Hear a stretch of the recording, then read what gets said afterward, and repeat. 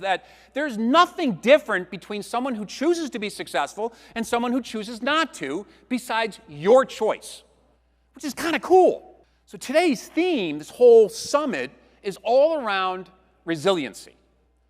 Resiliency is about being knocked down and getting back up and then moving forward. Ed Lynch was my football coach. I was not necessarily a super athletic kid up until high school. So go play football, first time ever.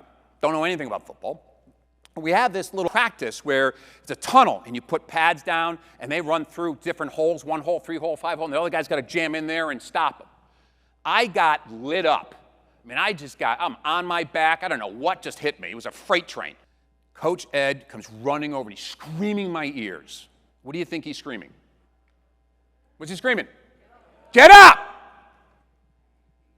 I can't even hear anything besides wah, wah, wah, wah, wah, wah, wah, wah.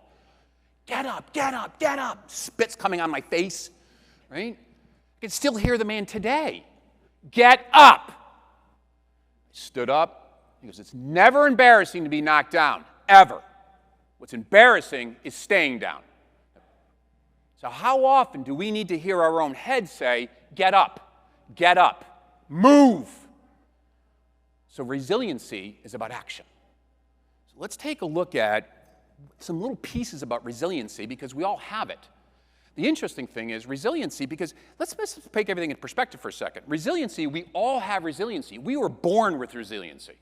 How many of you here have a 9-month-old to a 1.5-year-old, somewhere around there, or a grandchild? Does anyone have young children? By hand, just raise your hand. Right? Awesome. One of the coolest things is to watch a baby learn how to stand and then take some walks. They stand up. They're like, whoa, boom. They get back up, and it's 1 foot, and shoo-boom, off they go. Do they sit on the floor and cry? Do they throw stuff? Do they walk into the corner and go, I'm going to crawl the rest of my life? No. They get right back up, and they keep trying and trying and trying until they get it.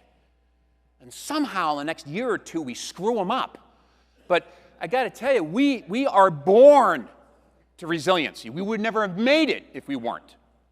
So we all have resilience inside of us. The question is, do we choose to tap into it? Do we choose to capitalize on it or not?